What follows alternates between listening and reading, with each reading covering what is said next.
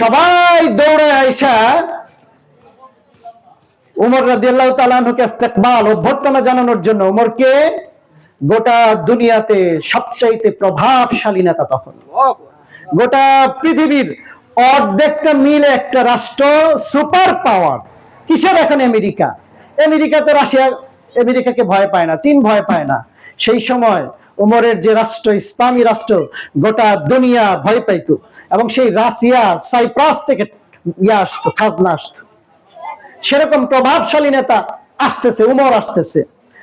দৌড়ায় যায় উটের উপরে, মনে করছে সবাই তো উমরই হবে, জড়ায় ধরছে। এইবার গোলাম বলে, আরে তুমি তো ভুল করতেছো, উমর তো আমি না, উমর তো এই যে রশিওয়ালা, লাগামওয়ালা। এই যে লোক তৈরি করেছে, কে তৈরি করেছে? ইসলাম, বিশ্ব নবীর আদর্শ, এর নাম হচ্ছে ইসলাম। আবু বকর রাদিয়াল্লাহু তাআলা আনহুর নাম তো শুনছেন। হ্যাঁ, রাষ্ট্র থেকে ভাতা দেয় সবাইকে, সব নাগরিককে ভাতা দেওয়া হয়। তো উনিও একটা ভাতা নেন। তো ভাতা দিয়া রুটি বানানো হয় আর কি। তো ওনার বিবি সাহেবের মন চাইছে যে কি খাবে, একটু হালুয়া খাবে, হালুয়া।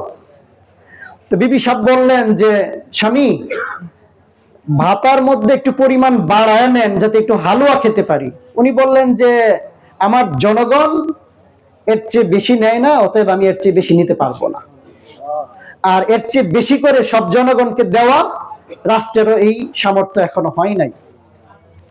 এরপরে বিবি সাহেব কি করলেন, প্রত্যেক দিন একটু একটু আটা, একটু একটু চিনি জমায়া রাখছেন, রেখে আর একদিন নিজে থেকে একটু হালুয়া বানায় স্বামীকে দিছেন। তো স্বামী জিজ্ঞেস করলেন, হালুয়া কোথায় পাইছো? বললেন যে প্রতিদিন এই একটু একটু পরিমাণ মানে রেখে দিছিলাম, জমায়ে এখান থেকে এই হালুয়া তৈরি করছি। আবু বকর রাদিয়াল্লাহু তাআলা আনহু গোডাউনের যে কর্মচারী তাকে ডাকলেন, ডেকে এনে বললেন যে আজকে থেকে এই একটুক আটা একটুক চিনি কমায়া দিবা, কারণ বুঝা গেছে একটুক একটু কম হইলেও আমাদের খাওয়া হয়ে যাবে। এর নাম কি? ইসলাম।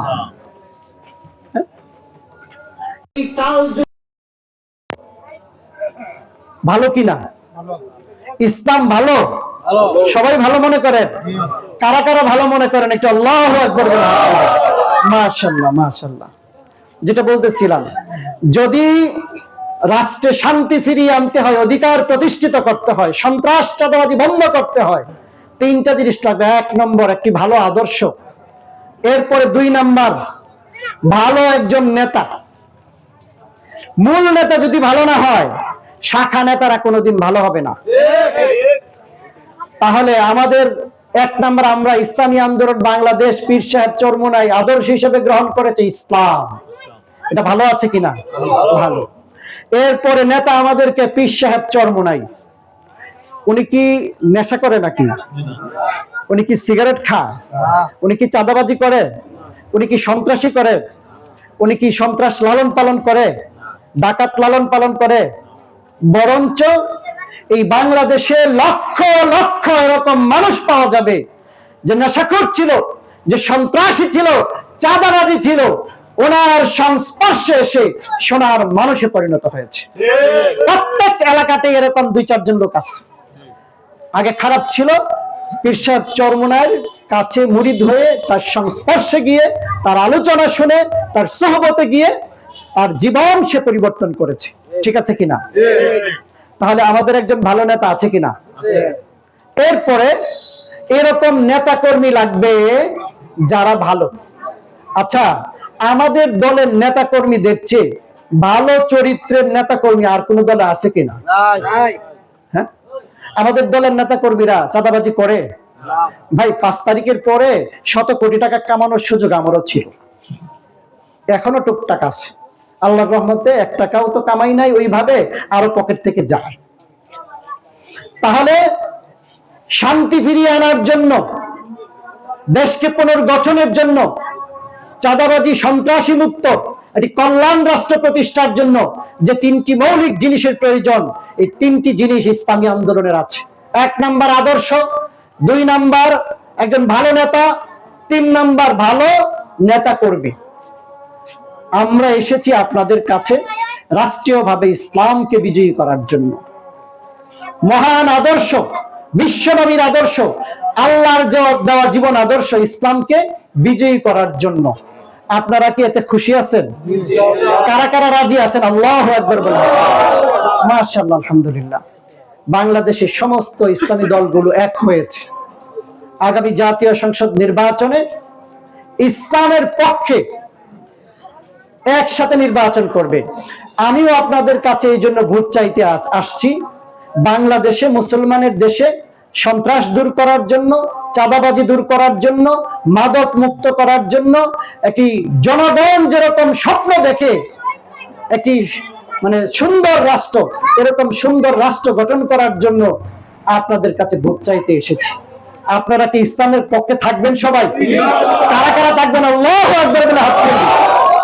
আগামী জাতীয় সংসদ নির্বাচনে এই বাংলাদেশ মুসলমানের দেশে ইসলামকে রাষ্ট্রীয়ভাবে বিজয়ী করব। এর বাইরে এই দেশে কোন নাস্তিকদের জীবন আদর্শ আর চলতে দেয়া হবে না, হবে না ইনশাআল্লাহ। অতএব সমস্ত মুসলমানদেরকে বলবো, আসুন ঐক্যবদ্ধ হন। তাহলে বলবেন ভাই অন্য ধর্মের লোকদের কি বাদ দিব? না, তাদেরকেও আসতে হবে। কেন আসতে হবে? তারাও কি শান্তি চায় না? তারাও কি মুক্তি চায় না? তারাও কি সন্ত্রাস মুক্ত রাষ্ট্র চায় না? চাঁদাবাজি মুক্ত রাষ্ট্র চায় না? তাহলে তাদেরকে আমি আহ্বান করব, আসুন অতীত ইতিহাস থেকে যাচাই করে ইসলামের পক্ষে আসুন। আমরা দেখেছি অতীতে যখন কোথাও ইসলাম প্রতিষ্ঠিত হয়েছে তখন অমুসলিমরা তাদের রাষ্ট্র ছেড়ে দিয়ে ইসলামী রাষ্ট্রে এসে আশ্রয় গ্রহণ করেছে শান্তিতে থাকার জন্য। আমাদের নবীজি কি বলেছেন? যদি কোনো ব্যক্তি, কোনো মুসলমান কোনো অমুসলিমকে এই কারণে তুচ্ছ তাচ্ছিল্য করে বা অবহেলা করে, তার দিকে বাঁকা চোখে তাকায় যে সে অমুসলিম, তাহলে হাসরের মাঠে আমি নবী মুহাম্মদুর রাসূলুল্লাহ অমুসলিমের বিপক্ষে গিয়ে, অমুসলিমের পক্ষ হয়ে ওই মুসলিমের বিপক্ষ হয়ে আল্লাহর কাছে অমুসলিমের পক্ষে ওকালতি করব। তো যাই হোক, আহ্বান জানাচ্ছি সবাইকে, আসুন দলাদলি বাদ দেন, ইসলামকে গ্রহণ করেন, নবীজির আদর্শকে গ্রহণ করেন। 55 বছর আমরা দেখছি পুরাতন অনেকেই আবার আমাদের সামনে আসতে চান, যারা বারবার দুর্নীতিতে চ্যাম্পিয়ন হয়েছেন, যারা চাঁদাবাজিতে গোটা দেশবাসীর কাছে চ্যাম্পিয়ন হয়েছেন, দুর্নীতিতে চ্যাম্পিয়ন হয়েছেন, এরা আবার আমাদের সামনে ভোট চাইতে আসতে চায়।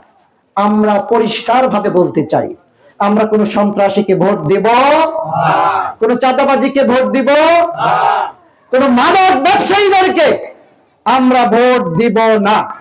ইনশাআল্লাহ জনগণের স্বার্থে, দেশের স্বার্থে আগামী দিনে ইসলামের মার্কা হিসেবে হাত পাখাকে আমরা বিজয়ী করব ইনশাআল্লাহ।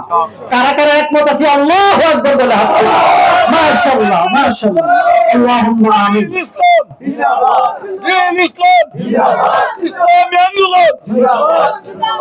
আমি আপনাদের কাছে অঙ্গীকার করতে চাই, যদি আপনারা হাত পাখা মার্কায় ভোট দেন, যদি আমাকে এমপি হিসেবে আপনারা মনোনীত করেন, এই করিমগঞ্জ তাড়াইলে অন্তত পক্ষে কোন মাদক চলতে পারবে না, কোন বাপের বেটা চাঁদাবাজি করতে পারবে না, কোন সন্ত্রাসী করতে পারবে না, চুরি ডাকাতি চিরতরে না হলে অন্তত পক্ষে আমার মেয়াদে বন্ধ থাকতে হবে ইনশাআল্লাহ।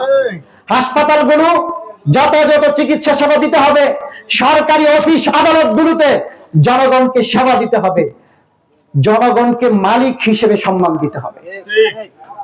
তো যাই হোক, আজান হয়ে গেছে, নামাজের সময় সন্নিকটে। আমি সবাইকে ইসলামের পক্ষে হাত পাখা মার্কায় ভোট দেওয়ার উদাত্ত আহ্বান জানিয়ে আমি আমার সংক্ষিপ্ত আলোচনা এখানেই শেষ করছি। আপনারা যারা এখানে